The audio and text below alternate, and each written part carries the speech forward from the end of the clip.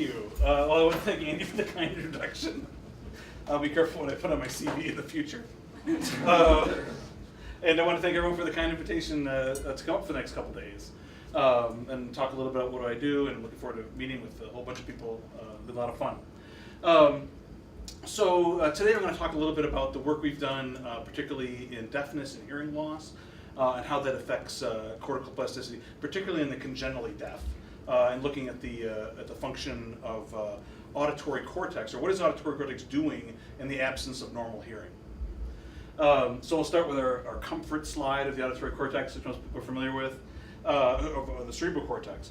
Unfortunately, when you look at a slide like this, you say, wow, we have a lot of cerebral cortex, but you're only looking at a small fraction of the total human cerebral cortex, because most of our cerebral cortex is actually buried down in sulci deep within the brain. So if you take this horizontal section through the top of the head, you can obviously see the skull and the scalp overlying, the meninges, and even in an unfixed and unprocessed brain, you can see the difference between gray matter and white matter.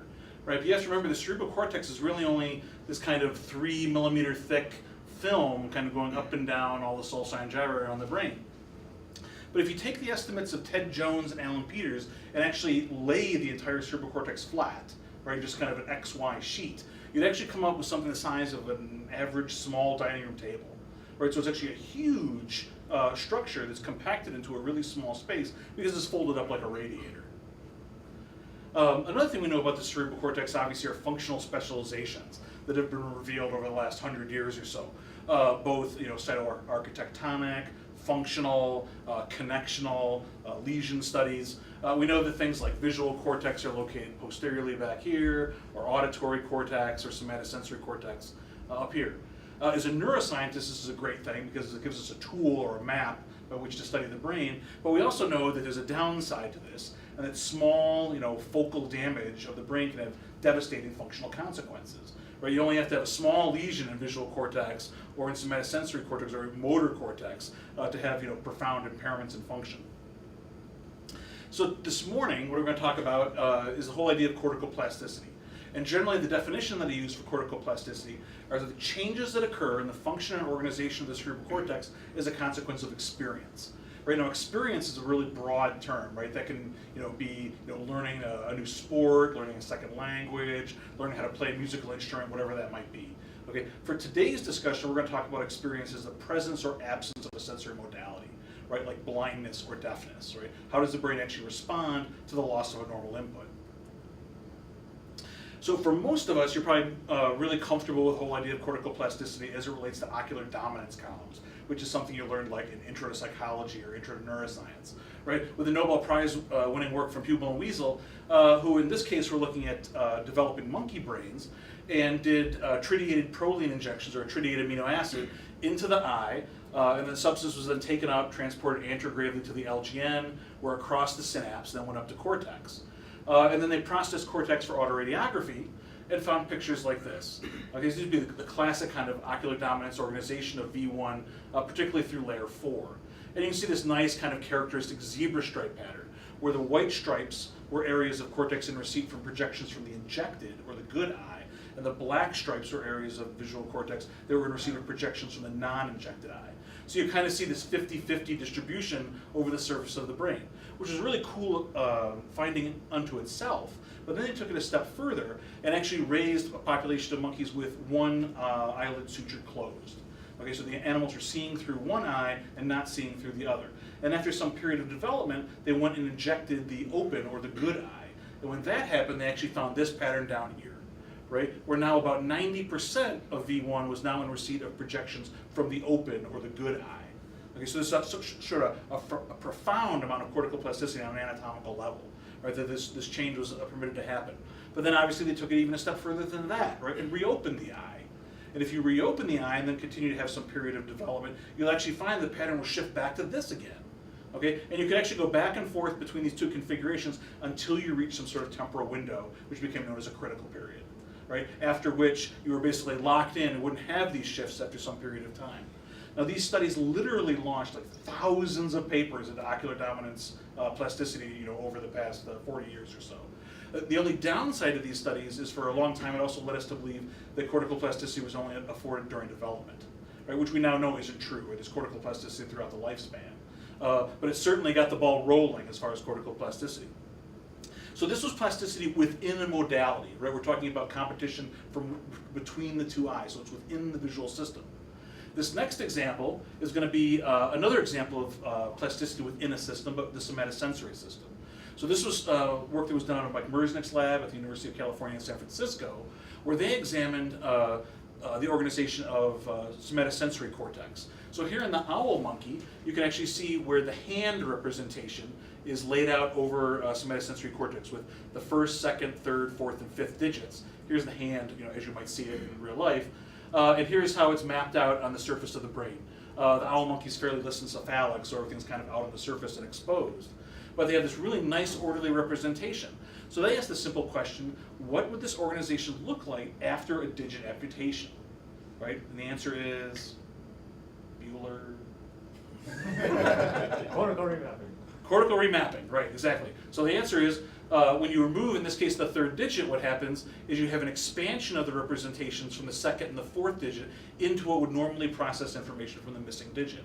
Okay? And this was done in adolescent monkeys, right, so they weren't completely adult yet, but it was a really cool result, and it actually went along with psychophysical data they collected of increased sensitivity in the flanking digits following the amputation. Presumably now you have more cortical territory doing the processing for the flanking digits. So that was a really nice nice example too. Another example that we won't be looking at would obviously be in the somatosensory system as well, would be the Vibrissa whisker fields found in rodents are a really good example of this as well. But what we're interested in, and what a couple of studies before us have done, is competition between the senses, right? Not competition within a sense. And how does cortex actually deal with the loss of one sense? Because this could be a very large cortical territory that is now missing information. Some of the pioneering work in this field was done by Josef Rauschecker, who's now at Georgetown. And when he did these experiments, he actually used the cat brain. So this is a cat brain here, anterior and posterior. And he was specifically looking at the cortical areas in this sulcus, which is known as the anterior ectosylvian sulcus. And the reason why he was looking at this sulcus is it's a really neat area because it has three relatively unimodal representations contained within one sulcus. So there's a visual field shown in blue, an auditory field shown in blue, a visual field shown in red, and a somatosensory field shown in yellow. So what he did was he actually raised cats with bilateral eyelid suture, so they were effectively blind, okay, although they could still see light. And what he found was over time, the normally visual field would become acoustic. Okay? And he actually correlated this with the fact that these animals had increased spatial sensitivity to auditory targets compared to sighted cats. Okay? So this was a really interesting case of cross-modal plasticity between the visual and auditory domains. Now, what got me interested into this question about 15 years ago was I was working in the visual system and became really interested in the whole idea of how does the cortex deal with the activation of a dormant system? Okay, or that is, if you had an individual who was born blind and then received some sort of retinal prosthetic, let's say, how would visual cortex deal with being activated after a period of not being activated? Okay, unfortunately, this is a really difficult question to take on in the visual system because our bionic devices for restoring vision are actually quite crude at the moment. So I actually moved the whole lab into the auditory system so we could pursue this question via cochlear implants. Cochlear implants have been around for almost 30 years now and are probably the second most effective bionic device ever invented after the pacemaker. Okay, by 2020, there'll be over 1 million individuals implanted with cochlear implants, and many of them are bilateral implants. So a lot of cochlear implants in place.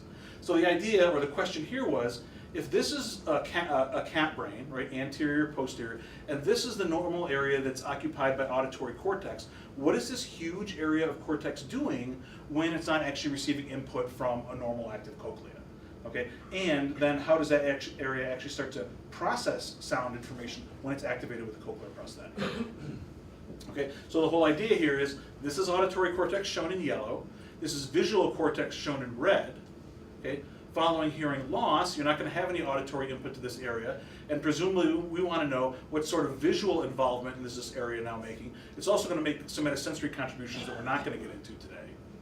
Okay? And then following a cochlear implant, when this area becomes active to acoustic stimulation, how well is the cochlear implant in reclaiming area that may now be processing visual information? Okay, so the 3 points I hope to try to make this morning are, first off, that congenitally deaf cats have specific visual abilities that are superior to hearing cats. And it's very similar to the amplified visual abilities that humans have. Second, that regions of deaf auditory cortex are responsible for mediating these visual abilities to the congenitally deaf. And then third, that cross-modal reorganization of the congenitally deaf switches the sensory but not the behavioral roles of auditory cortex. And we'll get into this a little bit more specific a little bit later in the talk. Okay, so the brain we're going to be talking about this morning is that of the cat. So here you can see the cat's brain kind of situated over the skull, situated over the body. You can see how it's all relative to each other. And auditory cortex is this large area way out here on the lateral surface of the brain, so it's a very large region that is used for hearing in the cat. The other reason I'm showing you this picture is because my postdoc made it and he said I had to show it, so because he's really, really proud of it. Okay, so first let's talk about why cats are awesome. Okay, first off, they have an auditory system that's very similar to humans. In fact, the only real differences between the cat auditory system and ours is that most humans don't have movable pinna. And secondly, is they can hear ultrasonics that we can't hear. Right? We top out around 20K, cats can hear up to about 85K. Right? So they can hear a much higher frequency range than we can. But that's only the real difference. Secondly, they're highly acoustic. Right? When you look at the percentage of auditory cortex to visual cortex in cats, it's really quite profound. 20% of the cerebrum is acoustic, right, which is a very large percentage, especially when you compare it to things like primates, like monkeys, which have a very, very small auditory cortex. Auditory cortex is easily accessible, which is always good in an animal model that you can actually get to what you want to study. They eat rodents. This is a good thing too. This is where I always apologize. I'm really sorry if my model eats your model. But that was just good planning. Okay, there's a large literature available. A lot of the historic work in the auditory system has been done on cats, so there's a very rich anatomical and physiological literature that we can draw upon. Favorite pet of evil geniuses. Okay, so here's a picture you may recall, especially from older Bond movies, is Donald Pleasance playing Ernst Stavro Blofeld in the original Bond movies. And he always had a congenitally deaf cat on his arm, which would hiss at the appropriate time, right? Like, I'm going to kill you, Mr. Bond. And the cat would go, you know, it's always perfect. And I usually have a congenitally deaf cat on my arm as well. Not today, but most of the time. Unfortunately, my lab really doesn't like me showing this picture because they don't think the cat looks alive. But it's just very relaxed, so please, I don't usually carry dead animals around, so it's perfectly fine. And they can be trained to perform difficult acoustic and visual discriminations, which is really important for our discussion today. Okay, so this brings us to the idea of what we're going to be studying today is the idea of adaptive cross-modal plasticity. And adaptive cross-modal plasticity, by definition, is that following the impairment of a sensory system, like blindness or deafness, it's the enhanced perceptual performance identified in the remaining systems, whereby one or more modalities compensates for the loss of another modality. Okay, and this is classically been studied in blind human individuals. Classic results from Franco Lapore's lab at the UNM, looking at enhanced auditory spatial localization of the blind, really kind of pioneered a lot of this work. Okay, so what really helped our studies was a meta-analysis that Daphne Bovalier did in 2006, which was in Trends in Cognitive Science, where the title of her paper was simply Do the Deaf See Better? And she did a meta-analysis of all the human psychophysical literature done up to that point in congenitally deaf humans, and really wanted to know what specific visual abilities are actually better in the deaf. Okay, and surprisingly, it's not, I mean, probably as you might expect, it's not across the board, right? There isn't some sort of general visual enhancement. I mean, the deaf can't see through walls, you know, or do these other things, okay? But there are specific things that they're better at, okay? They're better at visual orienting and reorienting. They're better at visual motion processing, and they're better at visual stimulus onset detection. So with this in mind, we kind of formulated our battery of tasks that we would use to incorporate some of these things that have come out of the human psychophysical literature and also go in some new directions. Okay, so the animal that we're going to be primarily working with is a population of congenitally deaf animals and a population of hearing animals. And what you see here are pictures of congenitally deaf cats, otherwise known as the deaf white cat, which is I guess, a breed of cats that are born with white fur, and they have a characteristic 2 blue eyes. Okay, it can be either short, as shown here, or long-haired. Actually, most of our animals are actually long-haired, like this guy here. But the phenotype is quite specific, right? And it's important to note that they're not Siamese cats. They're not albino cats, so they don't have any sort of funky visual systems that both of those animals do. They basically just have a low level of melatonin. Okay, that's the only reason that they're white. But the blue eye is actually quite specific to the deficit. And even if they have 2 blue eyes, there's probably only an 80% chance that they're completely deaf. So a small number will have some sort of partial hearing. But the deficit is so specific that if you have an animal with 1 blue eye and 1 brown eye, that they'll be deaf in the ear ipsilateral to the blue eye and will hear in the ear ipsilateral to the brown eye. Okay, many of them will be born with this heterozygous, this tendency. But you can be bred for this. It's a congenital deficit, just like congenitally deaf humans. Up here in the right-hand corner is myself and Andre Krull. Andre Krull is my provider of congenitally deaf cats. He's a breeding colony for these at the Medical University of Hanover in Germany. So he's my sole source provider of breeding animals, which is actually quite useful. And his lab is actually working out what is the specific genetic deficit these animals actually possess. Yeah, What makes them deaf? What makes them deaf? So what happens is, prior to the onset of hearing, all the hair cells in the cochlea die. Okay, and only the cochlea, the hair cells in the vestibular apparatus, are still completely intact. So what's that got to do with what? That we don't know. Okay, so he's trying to actually link the whiteness with the actual hearing, with actual hair cell loss. But we don't actually know exactly what specifically the trait is. Okay, all we do know is that the visual system is completely normal in these animals, at both the retina, LGN, all the way up. There isn't anything unusual, or strange pathway rewirings like there is in these other funky cats. Okay, any other questions about the animals so far? Okay, cool. Okay, so what we're going to do is the first project, we're going to look at dorsal stream type visual functions. In the second project, we're going to look at ventral stream type functions.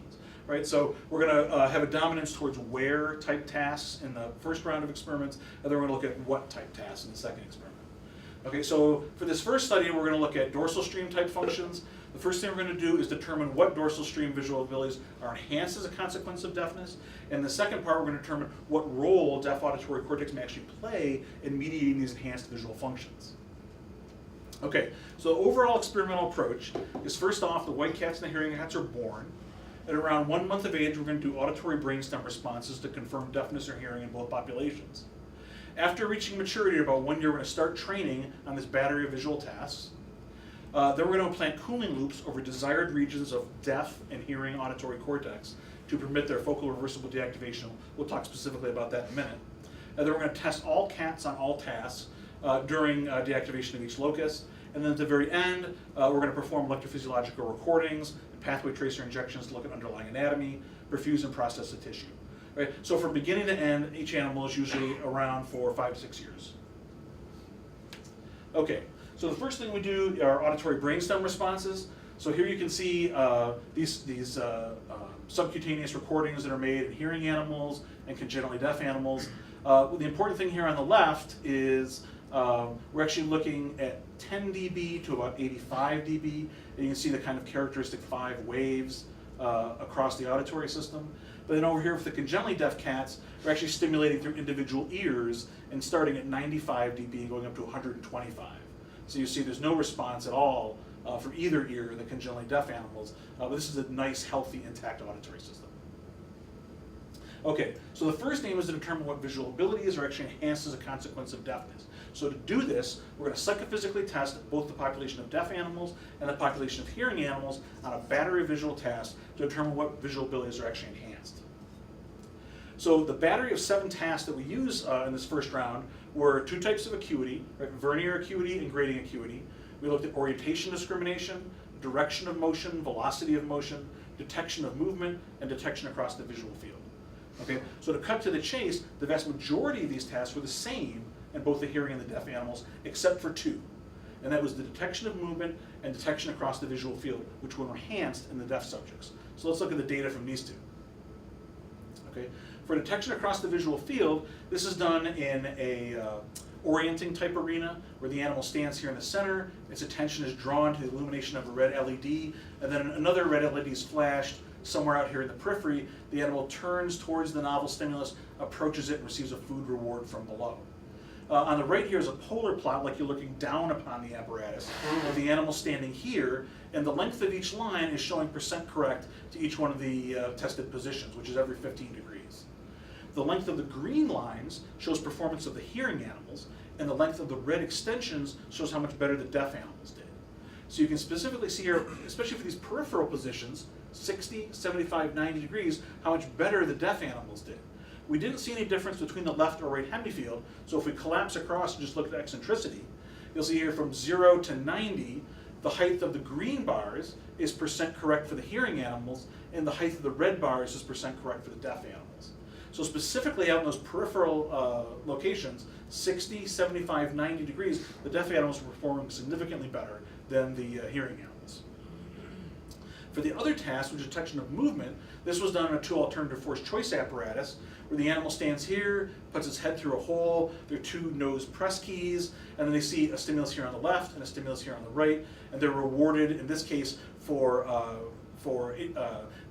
rewarded for choosing the stimulus that's actually in motion, right? So one stimulus will be a field of static dots, and the other stimulus is a field of really, really slowly moving coherent dots. Okay, and we just use a simple staircase training procedure to determine threshold. And here you can see that for hearing animals, threshold was around 1.3 degrees a second, but for the deaf animals, threshold was lower and only around half a degree a second. So that means the deaf animals could actually detect slower velocity than the hearing animals could. Okay, so to summarize the first part, we found that the congenitally deaf animals had visual abilities similar to the hearing animals for the vast majority of the tasks we looked at, right? We're not going to look at all the null result. Okay, but the congenitally deaf cats have visual abilities superior to the hearing cats, specifically on the detection of movement and visual detection in the peripheral field. Okay, so for the second aim of this study, we want to determine what role deaf auditory cortex may play in mediating these superior visual functions. So to do that, we're going to deactivate specific sites in deaf auditory cortex. So deaf auditory cortex would be auditory cortex that in a hearing animal will process sound, and in a deaf animal is that same area, but now it's not processing sound. Okay, well, yes? I have a question. So for the peripheral motion sensitivity increase, is there any chance that they could have, say, more rods in their eye, or do you think this is purely neural? We've only just started looking at their retinas. Okay. The human literature would indicate that's not true. The human literature would indicate that's not true. In people, in human subjects that have had their retinas processed post-mortem, it seems like the rod and cone distribution and density is the same. I figured it would. But that's a great question, right? How early does this start? Right. Yeah. Okay. So in these animals, we're going to look at 4 areas in dorsal auditory cortex. We're going to examine the contributions of A1, or primary auditory cortex, the anterior auditory field, the posterior auditory field, and the dorsal zone, abbreviated DZ. And the way we're going to do this is with a cryoloop technique that we developed in our lab a while ago. Let's just call it that. So this is what's actually implanted into the animal. This loop down here is what's in contact with the cortex. And basically this part of the device plugs into this circuit down here. The way it works is methanol is drawn from a reservoir, pumped through a methanol and dry ice bath, and then exported to the animal in the apparatus, which cools the loop that's in contact with the cerebral cortex. These are all custom made for the region of the brain you're actually going to be deactivating. So the methanol comes in through the lumen, down here cools, and then comes back and then re-enters the reservoir here. There's a tiny microthermal couple at the union to actually tell you what the temperature is on the surface of the brain. Yeah. Did you choose to use this method over, say, cannulation because you wouldn't have issues with clogging and things like that? You could do it over a long period? No, it's actually more of replication and cell death, right? With this technique, cells don't die over time, and you know exactly how far the deactivation is. It's not like it's going to diffuse different distances on different days, so that's why. Okay. Yeah. So basically what you're doing is you're inducing a small region of focal hypothermia on the surface of the brain, okay, which effectively shuts down synaptic transmission. Okay, do you have any questions about this before we go on? I'll cover a little bit more here. The important things you need to know is that tissue temperatures below 20 degrees Celsius eliminate synaptic transmission. That's the important thing. It does this by disrupting calcium uptake at the axon terminal. It doesn't impair axonal transmission. So fibers of passage below the area that you're deactivating aren't affected. It's highly localized because the brain's always pumping in hot blood the whole time. Deactivation can be induced or reversed within minutes, which makes it really nice experimentally. Each animal serves as its own control, so you're getting both control and experimental data from the same population of animals, so all the statistics are within animal, which is really nice. And that multiple cortical sites can be examined in each animal. In this case, we're examining 4 different sites in each animal bilaterally. Okay, so it's actually quite nice. Okay, so this is what the loops look like at time of implant.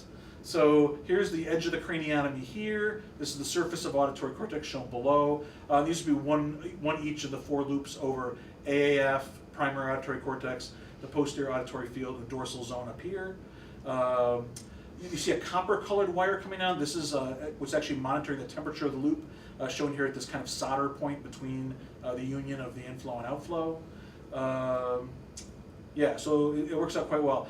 So this was done at time of implant. Just prior to sacrifice, this is reopened, and we map out the extent of the cooling deactivation with devices that look like electrodes, but you're actually monitoring temperature instead of electrical activity.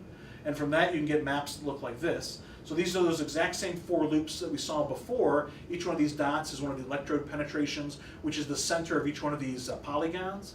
So here you can see the deactivation of A1, AAF, DZ, and PAF. And what's important is the temperature scale over here, right? Here's 20 degrees. So from kind of light blue to dark blue is going to be deactivated. So you can see this region of deactivation here, and you're almost always going to kind of get this halo or parenchyma around the region of deactivation of partial deactivation you see here in yellow. Okay, but it's really the core that's the most important part. And the neat thing though is you can go from this condition to this condition in just a few minutes, right? And then back again as well, which is really nice. Okay, any other questions about cooling before we move on? Okay, sweet. Okay, so let's look at this this task first. So you've implanted your animal, they're all trained up on this task. So the first thing you do is you go for your big result. Right, we're going to cool all 4 areas simultaneously and see if anything happens. Okay, so in this case, we're going to cool all 4 of these areas while the animal's performing the task. So what you see here, the red bars are performance of the deaf animals, and the blue bars are performance of the deaf animals when all 4 areas are deactivated. So you'll see here, particularly out in the peripheral positions, you have a significant drop in performance at 60, 75, and 90. Okay, so that kind of leads you to believe that somewhere in here, there's some sort of combination of areas that will actually eliminate the enhanced ability the deaf animals have. Now, our hypothesis going into this was that if there really was some sort of reorganization in auditory cortex, it may actually be spread across multiple areas. Okay, but the first thing we would do after this is then go do individual areal deactivations to see if it can actually be localized to a specific area. And what we found was that it was actually true. Okay, because if you look at the deactivation of the posterior auditory field, dorsal zone, A1 and AF, the only change you see in performance is during bilateral deactivation of the posterior auditory field up here. And in fact, the entire drop in performance we saw during deactivation of all 4 areas could be attributed to just the bilateral deactivation of the posterior auditory field. Right, so at 60, 75, 90 degrees, we see that drop. Okay, but the neat thing is when you do the comparison. Okay, so the height of the green bars are performance of the hearing animals, the height of the red bars are performance of the deaf animals, and the height of the blue bars are performance of the deaf animals when you're bilateral deactivating the posterior auditory field. So you can see that the entire advantage the deaf animals had is eliminated by selectively cooling this one area of deaf auditory cortex. Okay, and they're obviously not any worse than hearing. You'd be surprised if they were worse than hearing, right? But the advantage they had is completely gone. So you might ask the question, what's so special about the posterior auditory field? This is exactly the same question we asked. So if you consider what the posterior auditory field does in hearing animals, if you perform the exact same task we performed with the deaf animals with a visual stimulus, and in hearing animals perform it with an auditory stimulus. So now we're just going to substitute the red LEDs for a 100 millisecond broadband noise burst and have them localize that. What you find is in a hearing animal, if you bilaterally deactivate the posterior auditory field, you get a complete loss in their ability to localize an acoustic stimulus. Okay, so if you look across the entire field here, there's a complete failure to localize the stimulus. And you actually see a contralateral dominance as well. If you cool the left hemisphere, you get a loss in the contralateral field. If you cool the right hemisphere, you see a loss in the contralateral field. So normally in a hearing animal, the posterior auditory field makes an important contribution to auditory localization.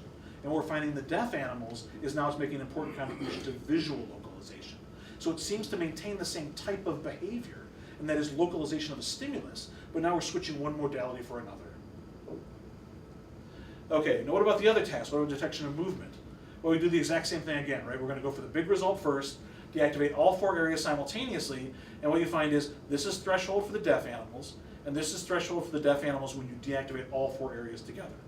Okay, so once again, here threshold goes up, it gets worse. Okay, so what about the individual area deactivations? Okay, when we deactivate the areas individually, you find the posterior auditory field isn't the interesting place in this case. It's actually the dorsal zone, or DZ, up here. So bilateral deactivation of the dorsal zone gives you an increased threshold, okay, but not from any of these other 3 areas. And in fact, this increase, once again, is no different from the increase we see during deactivation of all 4 areas together. Okay, but what about the dorsal zone? What do we know about that? Okay, oh sorry, let's do the comparison first. Green is performance of hearing animals, red is performance of deaf animals, and blue is performance of the deaf animals when we bilaterally deactivate the dorsal zone. So we're like, wow, okay, the entire advantage goes away when we deactivate this other area of what would normally be auditory cortex. Okay, but why DZ? What did we know about DZ for hearing animals? Well, at the time we did this study, we didn't know much. But we thought that since the deaf animals seems to be involved in visual motion detection, let's do something with acoustic motion processing. So we taught a group of animals to do auditory motion discrimination. So basically, could they discriminate leftward moving sounds from rightward moving sounds? Okay, which was by far the most difficult thing ever taught a cat to do. You would say, oh, it shouldn't be that hard. But the reason why it was hard is because when I learned how to do cat behavior as a postdoc, this violates every rule I was ever taught. And the fundamental rule you're taught when you do cat behavior is you don't teach cats a go, no-go task. Okay, because cats don't no-go. Cats always go. Okay? Okay? If there's a stimulus, they respond. If there's a stimulus, they respond. If there's a stimulus, they don't wait around. Okay? So we actually, in this case, actually had to teach the cats to no-go when the stimulus was presented. So here, a red LED is illuminated centrally, and then what happens is an auditory sound is swept across an arc of speakers, right? So in this case, going from left 30 to right 30, kind of like shh, right? Or shh, whatever it might be. And then they have to stand here and not go to the stimulus. Okay? They just have to appreciate the stimulus. Cats don't appreciate much. They just have to appreciate the stimulus. Okay? And then once that happens, left 30 and right 30 are illuminated, and they go to left 30 if it was leftward moving sound, and right 30 if it was a rightward moving sound. Okay? And you can see the sound was moved around the apparatus, so it could be completely contained in one hemifield, cross the midline, completely contained left. And what we found was, during bilateral deactivation of the dorsal zone, that hearing cats have a profound deficit on this task. Okay, so that was really, really neat. It was way too much effort, but it was really, really neat. How long did it take to train each cat? Oh, this was monstrous. About 18 months, which is really, really a long time to train a cat. Yeah. Yeah. And it was really that you had to teach them to be mellow. Was the hardest part. You know, it's like, don't do anything. That was the hardest part. Yeah. Normally, I mean, just doing the localization task can train them for like a month, but this took forever. This was like 2 graduate students, you know, left the profession. You know, I know. Just kidding. Okay. Okay, so to summarize this result, what you see is basically what we have is a visual double dissociation of what would normally be auditory cortex, right? So in these deaf animals, when you deactivate the posterior auditory field, you've got a deficit on the visual detection of the peripheral field, but not on the detection of movement. And when you deactivated the dorsal zone, you've got a deficit on the detection of movement, but not on visual detection of peripheral field. Okay, so now you get this really interesting result of these areas that would normally be processing sound are now processing vision. Okay? And obviously we had to do the controls on all the hearing animals to demonstrate that reversible deactivation of none of these 4 regions results in any impairment on the 7 visual tasks identified, right? So they normally aren't making any sort of contribution. Okay, so this led us to develop what we now call the supermodal hypothesis. And that's the idea that cortical areas that have been physiologically reorganized in response to a sensory loss, like blindness or deafness, will be involved in behaviors that are similar to those of hearing in sighted subjects, but are mediated by the replacement modality. Okay, and that is that somewhere during development, these areas pick up particular task orientations, right? Like localization or motion processing. In a minute, we're going to see another example. Okay, and basically what we're doing is we're just substituting one modality for another.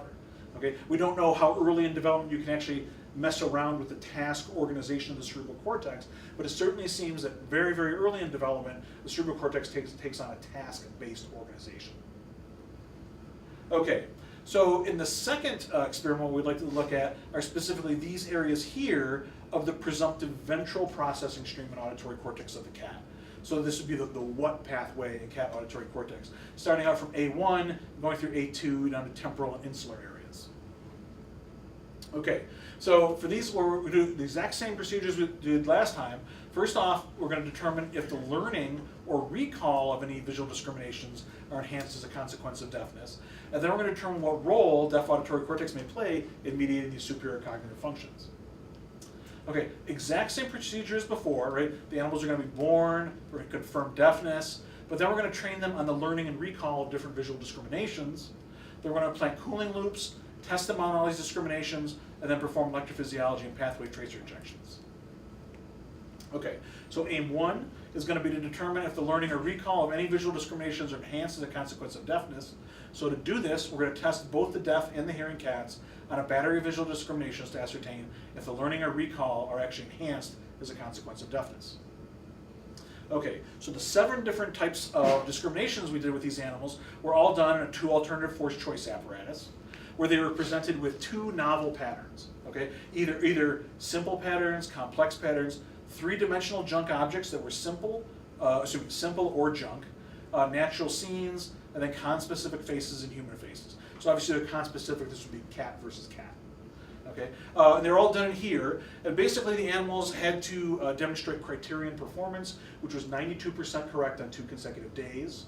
And then 24 hours later, they were brought back for a single recall block of 25 trials to see how well they performed 24 hours later. Okay, so for each one of these tasks, they were presented with 2 novel stimuli, had to learn to discriminate between the difference between the 2, and then were brought back 24 hours for recall. Okay, so in this case, simple patterns for a cat would be like these geometrical objects or letters of the alphabet that they had to discriminate.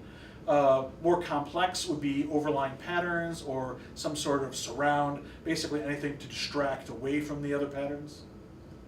Okay. Over the next few slides, we're going to look at data like this. Okay, it's going to be expressed in errors to criterion, right? The number of mistakes the animals made on the way to achieving criterion performance. Okay, and the lighter color will always be the hearing animals, and the darker color will always be the deaf animals. Individual dots are performance of individual animals, right? Not error or deviation. And the height of the bar is mean performance across the group. Okay, but what you can see here is that for simple patterns or for complex patterns, there was no difference between the hearing and the deaf populations.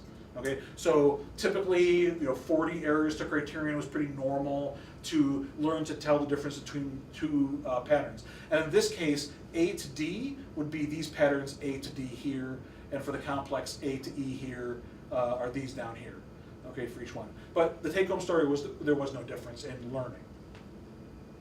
If we go to simple objects, right, these are like children's play blocks glued together and spray painted black, but they had to learn the difference between these 2 and so forth. And junk objects were, a la Mishkin in his classic monkey experiments, just junk, collected around the lab. For those of you that might not be familiar, this is called a Walkman. We used to play these things called cassette tapes. I'm surprised we still have one. I think I could get like thousands of dollars on eBay for it. Okay, but they had to learn the difference between these individual objects here. This is what happens when you let your cats get too close to your objects. Okay, but you'll see here too that it didn't matter whether it's 3-dimensional objects or 2-dimensional patterns. Simple objects, junk objects, the same thing.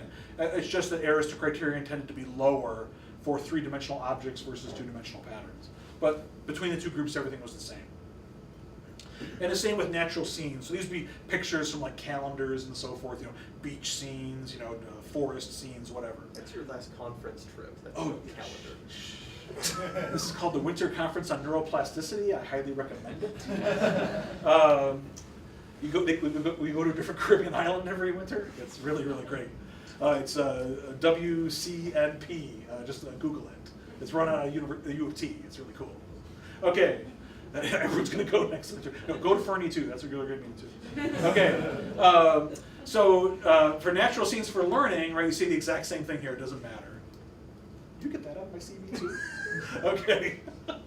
But everything changed when we got to faces. Okay, so here are two examples of conspecific faces. If you're a cat person, you can probably readily identify these are two different gray cats. But they had to discriminate between two different cats. These would be animals that they've never seen before. And then humans. In this case, you have handsome Caucasian males. They had to learn to tell the difference between.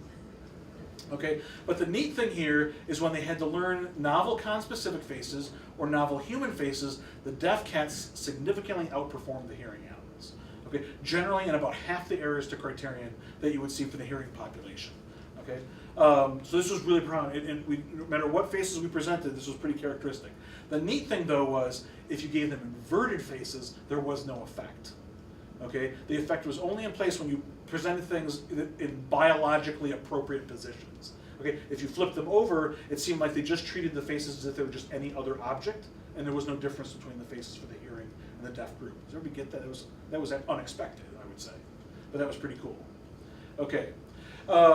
Then if we look at recall, we didn't see any differences in recall for any of the 7 different tasks, okay? Even for the faces, even for conspecific humans, it was the same for both, okay? So the difference really is in the learning, not in the memory. Yeah. Can cats do object rotation in mind like humans can? That's a I mean, good it seems like they question. can. If they can't identify upside down faces, I'd imagine humans can. I don't know. That would fall under, that's an interesting question. All right, fine. For those of you that haven't been properly trained, professors only have 3 responses to every question, right? That's an excellent question, that's a good question, and that's an interesting question. Okay? So excellent question means I know the answer and I'm going to give it to you. A good question means I can come up with the answer and give you something reasonable. An interesting question is I have no idea, I'm about to throw some serious bull your way. Okay? That's an interesting question. So don't know. Okay, so to summarize this part, we found that for the congenitally deaf cats have learning and recall abilities similar to hearing animals on the vast majority of the discriminations we did. And the congenitally deaf cats have learning but not recall abilities that are superior to the hearing cats, specifically on conspecific and human faces. So now what we're going to do is we're going to do the exact same type of approach we used before, and that is we're going to determine what role deaf auditory cortex may play in mediating these functions, and we're going to do that with reversible deactivation of these individual sites while they perform these abilities. Okay, so we're going to look at these 4 areas that we were just talking about briefly before, A1, A2, T, and IN. And these are the cooling reconstructions done just prior to sacrifice again for these 4 loops over here in the presumptive ventral pathway. So this is A1, A2, IN, and T. Okay, so I'm showing this to remind you what normal looks like, right? This is the normal result we saw before for conspecific face learning, right? Where the deaf animals do better or have lower numbers of errors to criterion to the hearing animals for both conspecific and human faces. So just kind of like put that in the back of your brain for a minute. And the first thing we're going to look at is the learning of conspecific and human faces during bilateral deactivation of all 4 areas. And so these are 5 new faces for conspecifics and 5 new faces for humans. But what you see here is that there's no more advantage for the deaf. Right? The advantage of the deaf are performing at the exact same level as the hearing animals. Okay, for both conspecifics and for human faces. Okay, so just like the previous study, now we're going to do the individual areal deactivations. Okay, so we're going to deactivate A1, A2, T, and IN individually. And that's what you see here. Okay, the upper row is bilateral A1 deactivation during conspecific face learning. This is A2, this is T, and this is IN. So you see that for A1, T, and IN, the pattern looks like the normal pattern, right? With the deaf animals having a faster rate of learning than the hearing animals, except for area T. During bilateral deactivation of area T, the deaf animals have the same learning as the hearing animals. Okay, so you're like, oh, okay, so area T seems to be the really interesting spot. We see that exact same thing for the human faces, right? So this is A1, A2, IN. The advantage is eliminated during bilateral cooling of area T. But remember, we can take this a step further and actually do the unilateral deactivations. Okay, so now this is conspecific face learning during bilateral and unilateral cooling of area T. So during bilateral cooling of area T, right, we see that effect where the advantage goes away. During unilateral cooling of left area T, you see the advantage goes away. But during unilateral cooling of right area T, you see the advantage is still present. So not only is this function localized to area T, it's actually further localized to area T in the left hemisphere. Okay, so what does this mean as it relates to hearing animals? Well, in hearing animals that we've done, looking at the contributions of area T, if we've had them do tone discriminations, noise discriminations, and vocalization discriminations, so this would be discriminating meows from different cats. Okay, you see that bilateral deactivation of area T, performance falls to chance levels. During deactivation of left area T, there's a drop in performance, but not all the way to chance, and then no drop in performance during deactivation of right area T. Okay, so in hearing animals, bilateral deactivation of area T results in conspecific vocalization deficits, and unilateral deactivation of left but not right area T causes deficits in conspecific vocalization discriminations. Okay, which is very similar to what we've seen in the deaf animals. Okay, so to summarize, what we've seen here is that bilateral deactivation of area T eliminates the faster learning of conspecific in human faces identified in the deaf compared to hearing cats. These enhanced face learning abilities were further localized to area T of the left hemisphere. Left area T in hearing cats is critical for discriminating conspecifics acoustically via vocalizations, while left area T in deaf cats is critical for discriminating conspecifics visually via faces. So our kind of big idea here is that cross-modal plasticity identified in area T reveals a cortical region that may be critical for discriminating individuals. Right? So if you're doing that visually, you're doing it with faces. If you're doing that acoustically, you're doing it with vocalizations.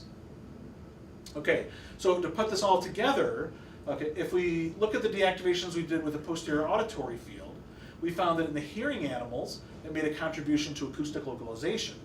In the deaf animals, it was making a contribution to visual localization, with the common behavior being localization. For the dorsal zone in the hearing animals, we found that it was making an important contribution to acoustic motion processing. In the deaf animals, it was making an important contribution to visual motion processing, with the common behavior being motion processing. And then for this area T, we found that in hearing animals, it's important for vocalization discrimination. In the deaf animals, for face discrimination. So we're proposing the common behavior is discriminating individuals. Oops. Okay, so the idea here is that cross-modal organization of congenitally deaf switches the sensory, but not the behavioral roles of auditory cortex.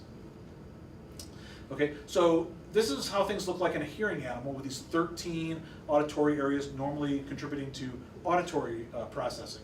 In the deaf animals, what we've identified so far is the dorsal zone becomes very important for visual function, the posterior auditory field for visual function, area T for visual function.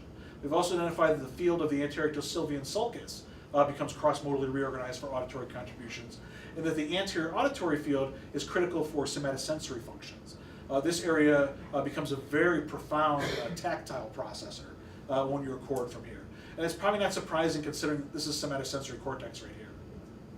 So this is what we know so far. We're obviously now investigating these other areas to see how they cross-modally reorganize and what contributions they make to behavior as well. Okay, so hopefully the 3 points I made this morning are that congenitally deaf cats have specific visual abilities that are superior to hearing animals, and it's very similar to human subjects. And that regions of deaf auditory cortex are responsible for meeting these enhanced visual abilities of the congenitally deaf. And the third, that cross-modal organization in the congenitally deaf switches the sensory but not behavioral roles of auditory cortex. And this has a lot of insights into the general organization of sensory cortex. I need to make some acknowledgments. First off, obviously to Andre Kroll at the Medical University of Hanover, who is providing all the congenitally deaf cats for this experiment, and Alex Meredith at Virginia Commonwealth University in the States, who do a lot of our electrophysiology with. Obviously all our funding sources. I need to thank everyone back home who's doing all the heavy lifting while I'm out in Lethbridge having a really great time. And also our lab website is cerebralsystems.ca. Here's my email address if you have any questions. And feel free to come visit us at Western anytime. And yes, I still call it the University of Western Ontario. Thank you very much for coming and listening.